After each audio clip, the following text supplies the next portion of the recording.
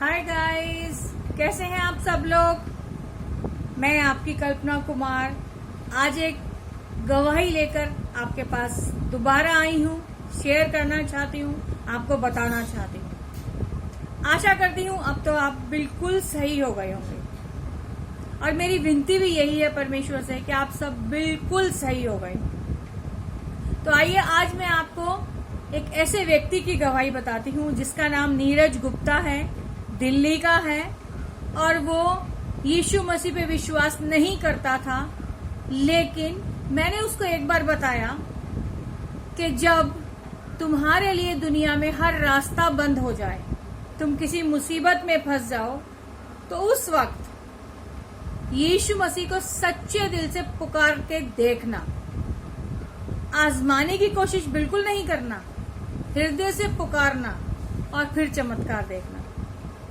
जी हाँ, उसके लिए आपको नहाने की जरूरत नहीं है, धोने की जरूरत नहीं है, पूजाएं करने की जरूरत नहीं है, स्वच्छ रहने की जरूरत नहीं है। ऐसा कुछ भी नहीं है कि आपको स्पेशल कुछ करना पड़े। आप जहां पर भी हो, जैसे भी हो, उनको पुकार सकते हो। और ये बात नीरज गुप्ता ने सुनी और मुस्कुरा दिया, कुछ बोला नहीं।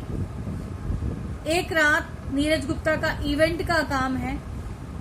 एक रात वो एक शादी में गया और वहां पे उसने अपना इवेंट किया, अनार वगैरह, आतिशबाजी जलाई। रात के 1:30-2 बज रहे थे। उसका काम खत्म हुआ। सडनली उसको याद आया, अरे पैसे तो खत्म हो गए हैं और कारीगरों को तो पैसा देना पड़ेगा आने जाने का, और रात को तो कहीं पे कुछ मिलने वाला भी नहीं है। वो एटीएम भी नहीं था उसके पास में, कुछ भी नहीं था। उसको बहुत इंसल्ट फील हुआ कि इतने सारे कारीगर हैं, वो पैसे मांगेंगे आने जाने के लिए, तो क्या करूं, कैसे करूं। बहुत टेंशन में आ गया। सडनली उसे मेरी बात ध्यान आई कि दीदी ने बोला था अगर कभी किसी ऐसी मुसीबत में फंस जाओ जब कोई रास्ता ना दिखे, तो उस वक्त यीशु मसीह को अपने हृदय से पुकार के देखना, मांग के देखना, सच्चे हृदय से देखना कैसे चमत्कार होता है। और उसने ऐसा ही किया।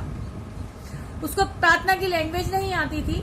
मैंने ये बोला था प्रार्थना की कोई लैंग्वेज नहीं होती है, आप हृदय से पुकारिए, क्योंकि परमेश्वर तो गूंगों की भी प्रार्थना सुनते हैं। मैंने उनको बोला था। उसने वहीं पे खड़े होके चुपचाप एक साइड में जाके, वो एक फार्म हाउस में था, रात के 3 बज रहे थे। फार्म हाउस में एक साइड में गया और अपने हृदय से जो उसके मन में आया यीशु मसीह को पुकारा और कहा, प्रभु मैं जानना चाहता हूं कि आप सच में जीवित हैं, आप सुनते हैं। और उसने पुकारा और अपनी प्रॉब्लम बताई।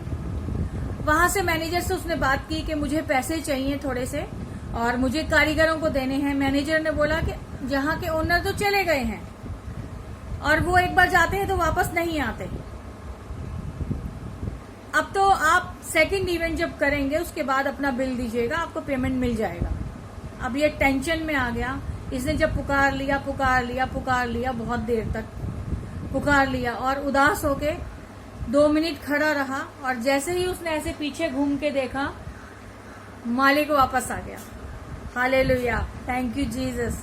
इतना बड़ा चमत्कार। जो वहां का मैनेजर था वो हैरान हो गया, अरे आज तक ऐसा नहीं हुआ कि एक बार मालिक जाने के बाद वापस आ जाए, ये कैसे आ गए।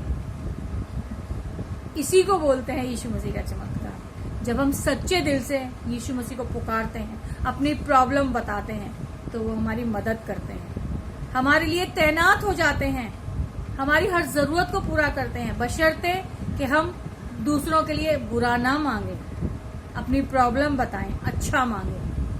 मालिक आया, मैनेजर ने कहा जल्दी जाओ और जाके बात कर लो।